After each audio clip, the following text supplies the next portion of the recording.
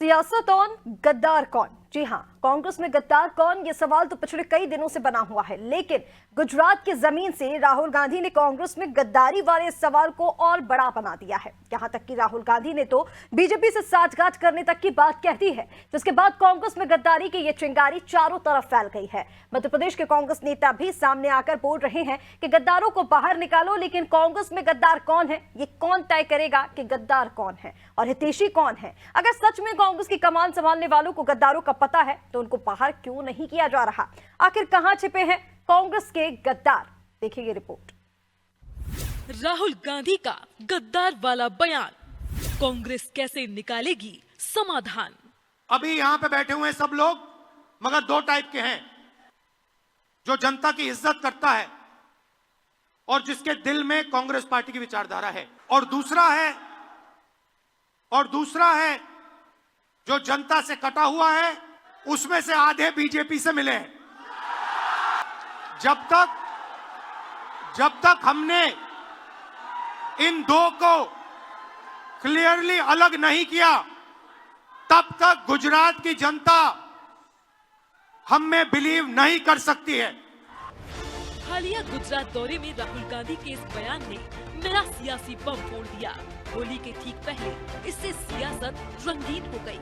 राहुल ने अपनी ही पार्टी के आधे नेताओं को कटघरे में खड़ा क्या किया, एक बार फिर दिग्विजय सिंह का वो बयान याद आ गया, जिसमें उन्होंने पार्टी के नेताओं को आस्तीन के सांपों से दूर रहने की सलाह दी थी। तो सब लोग नाग की पूजा करो, लेकिन आस्तीन के सांपों से सचेत रहो। कांग्रेस में गद्दार आस्तीन का सांप कौन है, इस पर अब नई बहस छिड़ गई है। पार्टी के नेता अब ऐसे नेताओं को बाहर करने की मांग करने चले हैं।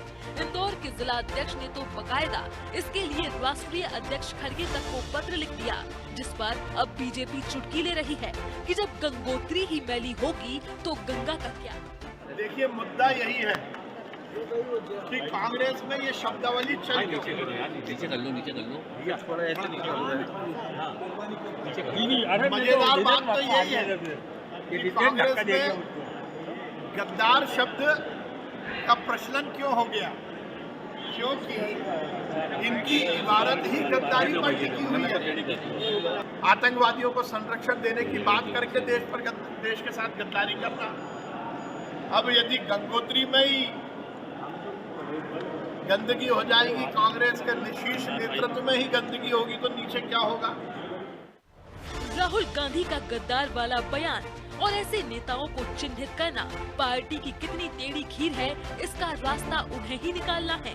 लेकिन अब कांग्रेस के नेता भी राहुल के सुर में सुर मिलाते नजर आने लगे हैं। कोई भी गद्दार हो, राहुल गांधी जी खुद नजर रख रहे हैं, देख रहे हैं, और निश्चित तौर से राहुल जी की नजर पूरी है तो गद्दार बाहर जाएंगे। एक वक्त था पूरे देश में कांग्रेस की तूती बोलती थी। किसी भी नेता को हाथ का साथ मिल जाता तो वो सत्ता के गलियारों की ठंडी हवा खाता था।